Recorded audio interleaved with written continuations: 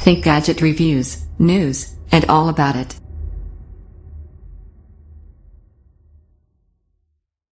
Samsung Gear VR with controller powered by Oculus hands-on review. The makers of Rift add a touch of touch to Samsung's phone-friendly headset. The Gear VR kickstarted the mobile virtual reality boom, and now Samsung is making sure it doesn't get left behind by VR upstarts like Daydream View. How? With a spiffy new controller.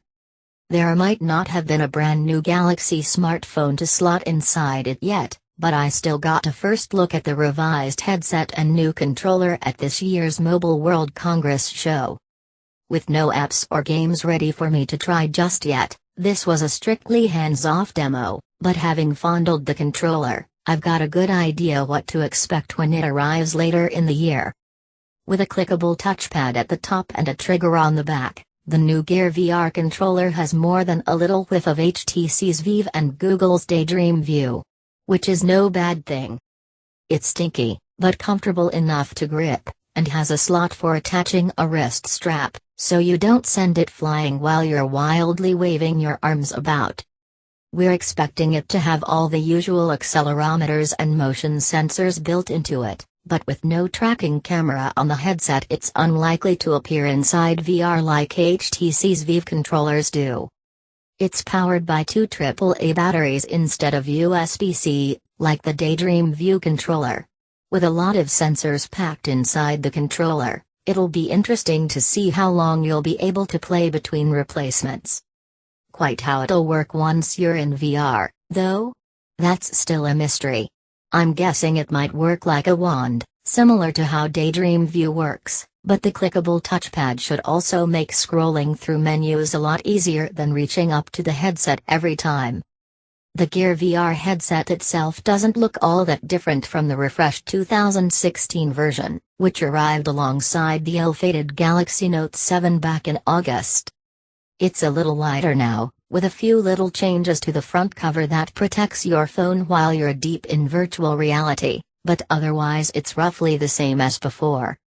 That means the same comfy material surrounding your face, and the same lenses that make the most of your phone's QHD screen resolution.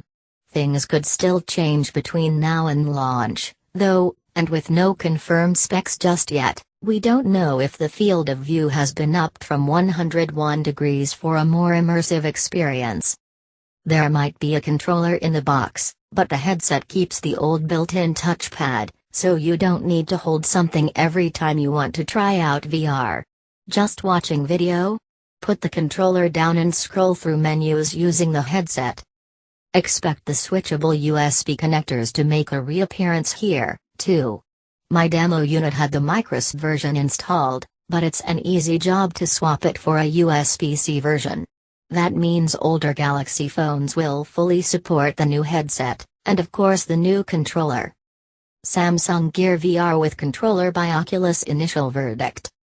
It might not have been possible to actually try out the new controller, but just getting to grips with one gives a pretty good idea what to expect when it officially goes on sale.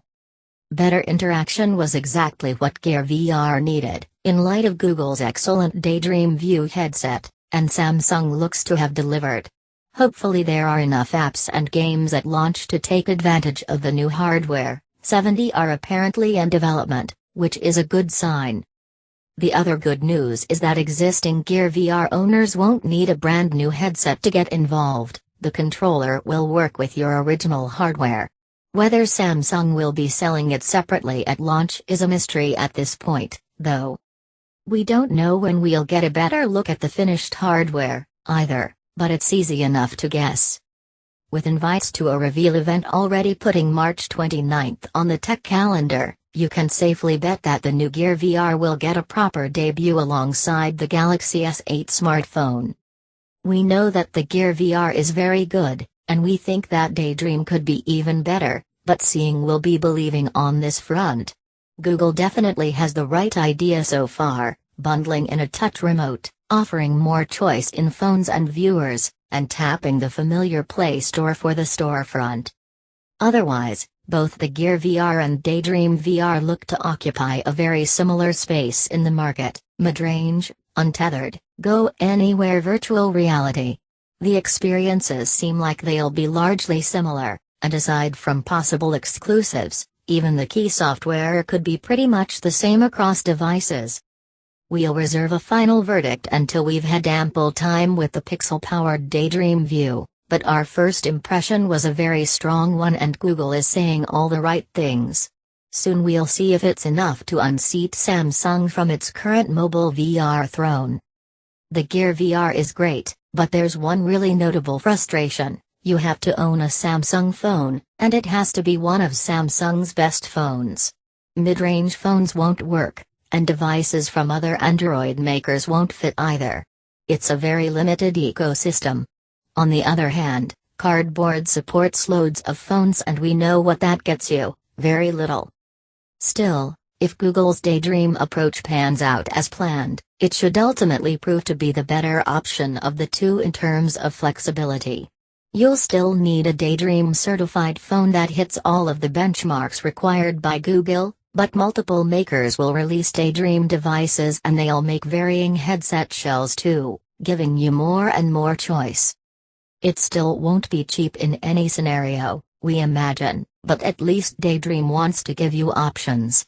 Even Samsung plans to make Daydream hardware, which will certainly throw a wrench into this whole debate.